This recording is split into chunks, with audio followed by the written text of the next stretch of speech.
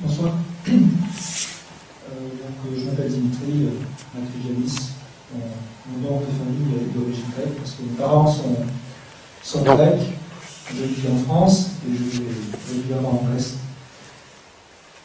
Ce soir, pour moi, c'est un peu dur de parler de la Grèce parce que j'ai vécu ça comme un tsunami. Et les Grecs ont vécu ça comme un tsunami. Lorsqu'on est en France, on ne peut même pas se rendre compte de ce qui se passe là-bas. Il y a encore 6 mois, on peut dire presque que la situation était tenable.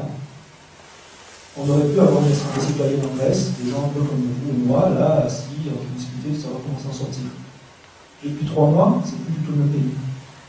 Les gens, et je compare ça à un problème climatique, ont reçu un tsunami à la figure depuis quelques semaines.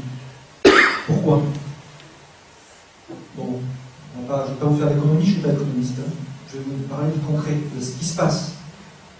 Une grosse dette, c'est vrai, il y a des problèmes de corruption au niveau des hommes politiques, il y a un problème politique, on pourra en parler si vous voulez après, mais il y a surtout un problème social aujourd'hui.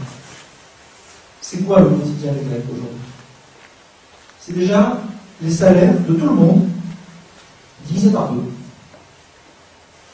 L'échelle, par exemple, indiciaire de la fonction publique a été au 1er novembre refaite. Du jour au lendemain, sans concertation syndicale du tout, c'est autoritaire.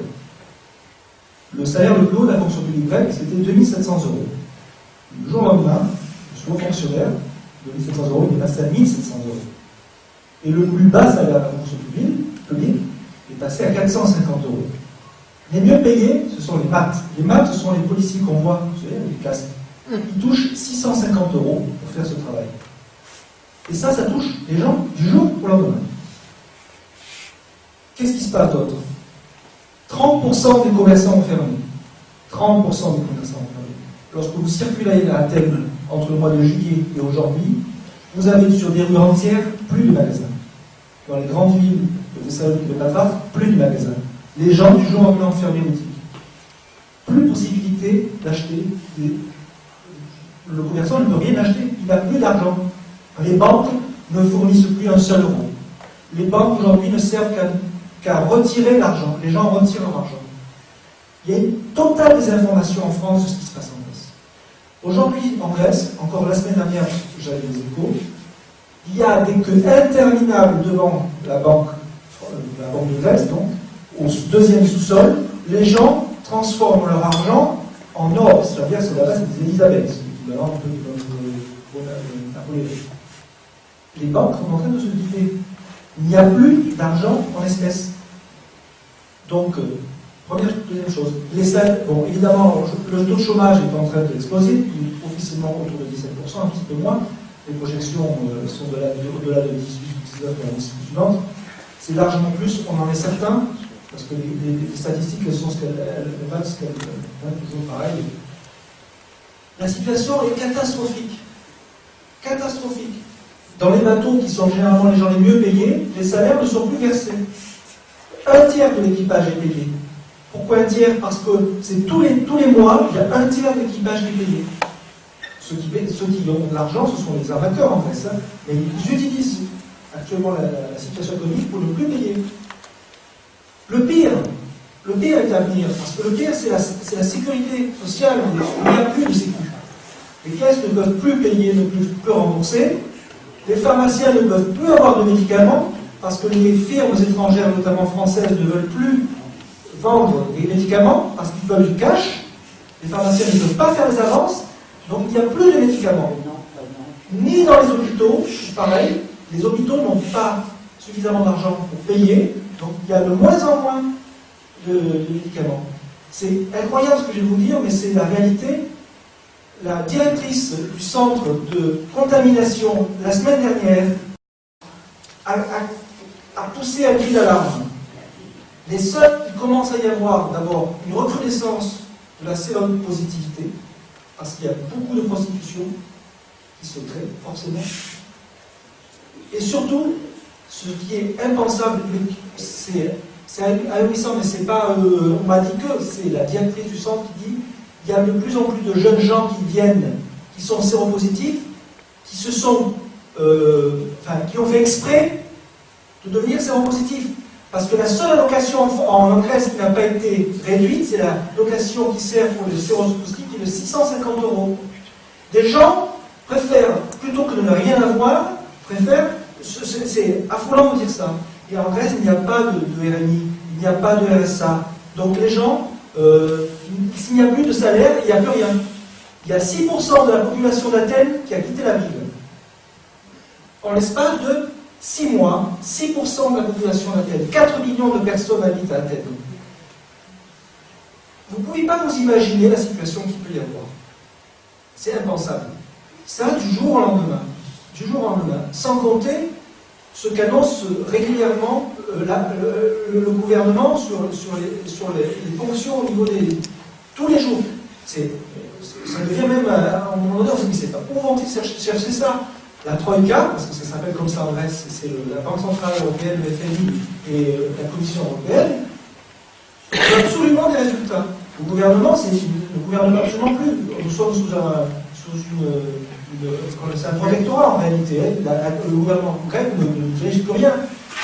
Vous imaginez par exemple, il y a des gens, il y a une taxe qui a été instaurée, parce qu'il fallait absolument rentrer de l'argent avant la fin de l'année, il y a une taxe qui a été instaurée sur le bâti, donc qui a été instauré, alors pour avoir l'argent de suite, parce qu'il fallait avoir l'argent de suite, ça a été souscrit sur le paiement de l'abonnement de l'électricité.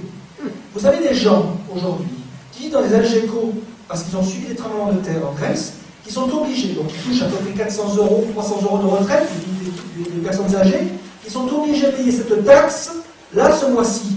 Ils ne peuvent pas le faire. Ils ne peuvent pas le faire.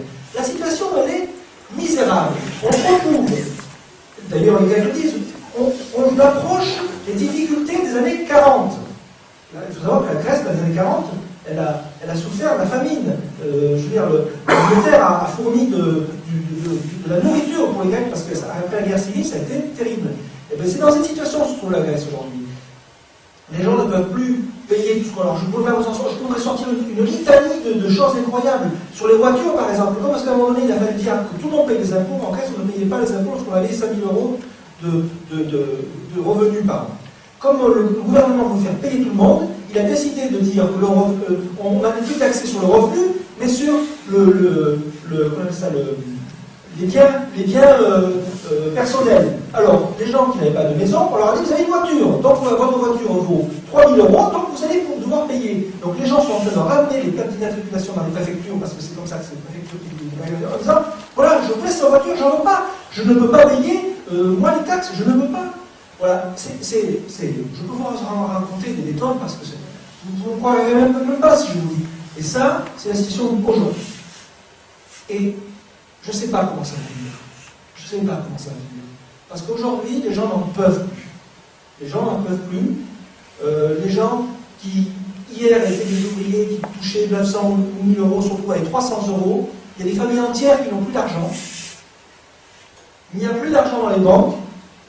Et nous avons une situation politique qui est catastrophique. Voilà. Il n'y a aucune alternative possible.